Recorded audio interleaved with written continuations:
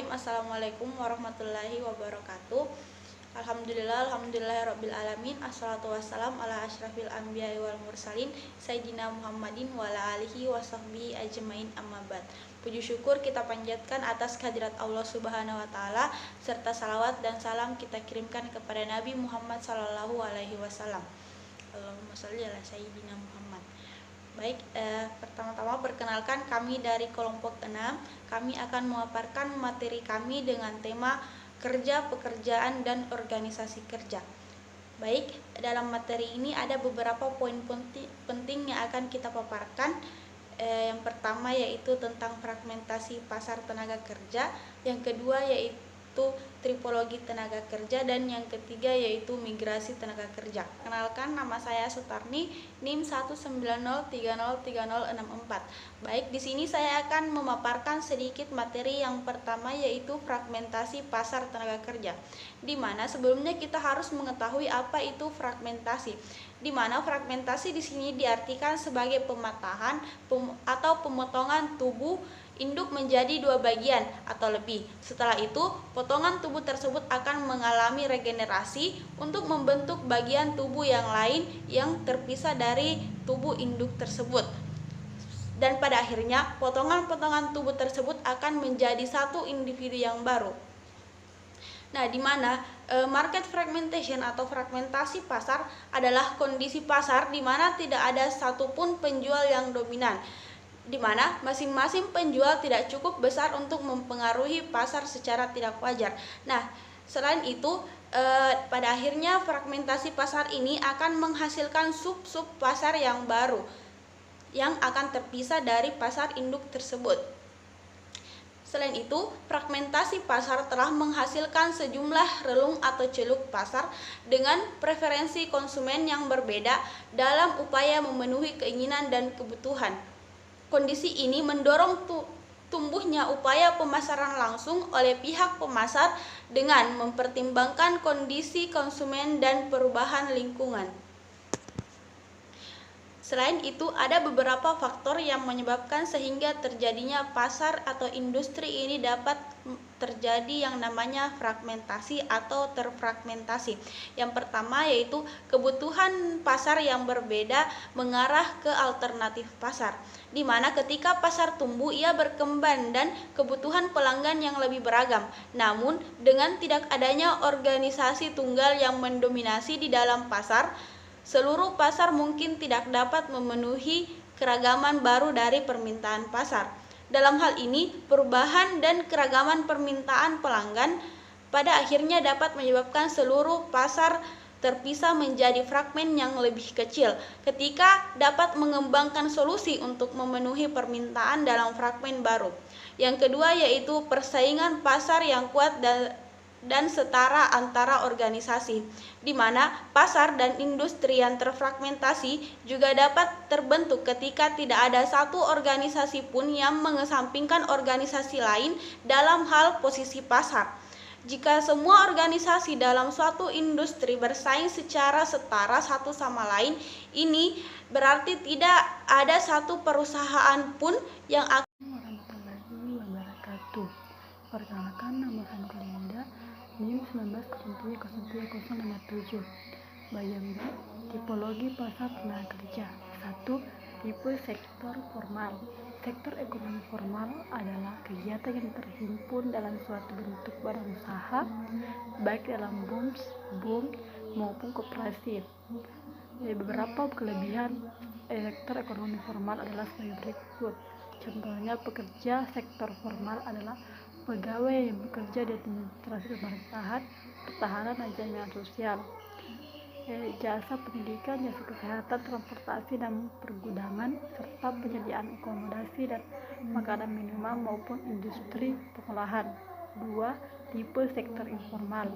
Sektor informal termasuk salah satu upaya yang dilakukan masyarakat agar bisa mendapat pekerjaan yang dan penghasilan.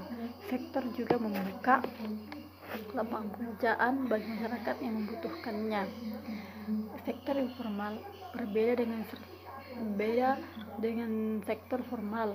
Sektor informal lebih mengutamakan keterampilan atau kemampuan untuk bekerja, sedangkan sektor formal lebih memberatkan pada latar belakang pendidikannya. Menurut Anissa Ilmi Korid dalam buku Sosiologi Ekonomi sektor informal merupakan kumpulan usaha kecil yang membentuk sektor ekonomi, di mana kelompok usaha tersebut memproduksi dan mendistribusikan barang atau jasa untuk memperoleh pendapatan dibandingkan sektor formal. Ekonomi sektor informal cenderung lebih mudah dimasuki dan diciptakan. Namun, pada perkembangan sektor ini sangat bergantung pada perkembangan usaha dan konsumen. Ekonomi sektor informal memiliki 8 ciri utama, yaitu yang pertama yaitu 1. Baik, Assalamualaikum warahmatullahi wabarakatuh. Perkenalkan, nama saya Mardila, NIM 19.030.3052. Di sini saya akan menjelaskan sedikit tentang materi tipe subsistensi. Subsistensi secara umum diartikan sebagai cara hidup yang cenderung minimalis. Usaha-usaha yang dilakukan cenderung ditujukan untuk sekedar hidup. Clifton R. Wharton pada tahun 1963 membedakan subsistensi produksi dan subsistensi hidup. Subsistensi produksi dikarakterisasi oleh derajat komersialisasi dan monetisasi yang rendah, sedangkan subsistensi hidup berkaitan dengan tingkat hidup yang bersifat minimal hanya untuk sekedar hidup. Pertanian subsisten yang murni menurut Wharton adalah suatu unit yang dapat berdiri dan mencukupi diri sendiri, dalam mana semua produksi, konsumsi, dan tidak ada yang dijual. Dan di samping itu, tidak ada penggunaan atau penghasil barang-barang dan pelayanan-pelayanan dari luar yang masuk. Kegiatan ekonomi subsistensi adalah kegiatan ekonomi yang tidak didasarkan pada aspek mencari keuntungan dan berfokus pada pemenuhan kebutuhan pribadi dari penduduk. Pemenuhan kebutuhan ini umumnya dicapai dengan melakukan hunting dan gathering, pertanian subsisten, dan barter. Dalam ekonomi subsisten, surplus barang sangatlah kecil dan hanya digunakan untuk melakukan barter terhadap barang-barang yang sukar diproduksi.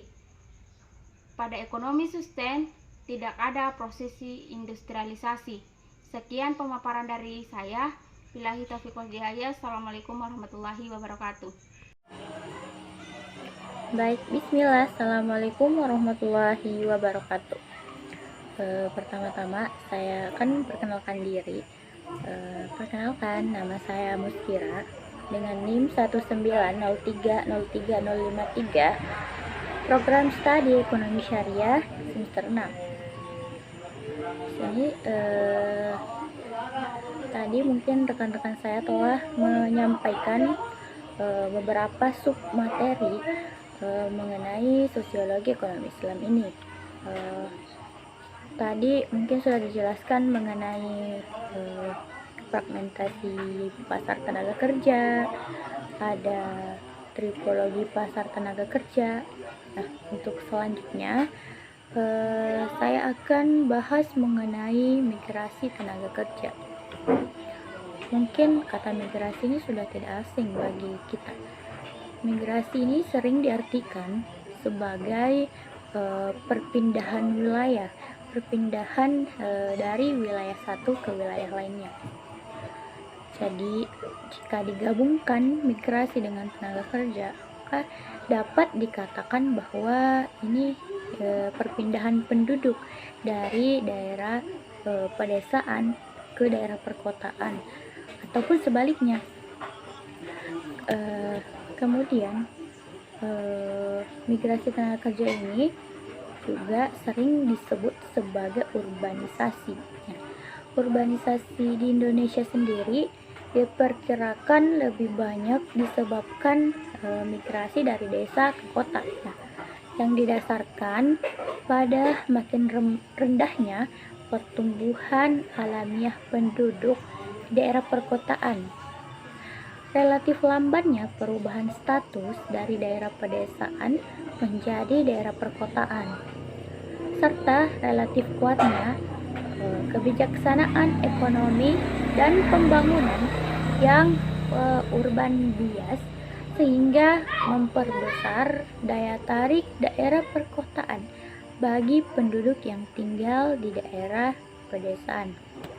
Kemudian fenomena migrasi ini juga sangat mewarnai di beberapa negara berkembang, termasuk di berbagai daerah di Indonesia, terutama dalam konteks di mana banyak tenaga kerja yang berasal dari daerah pedesaan mengalir ke daerah perkotaan.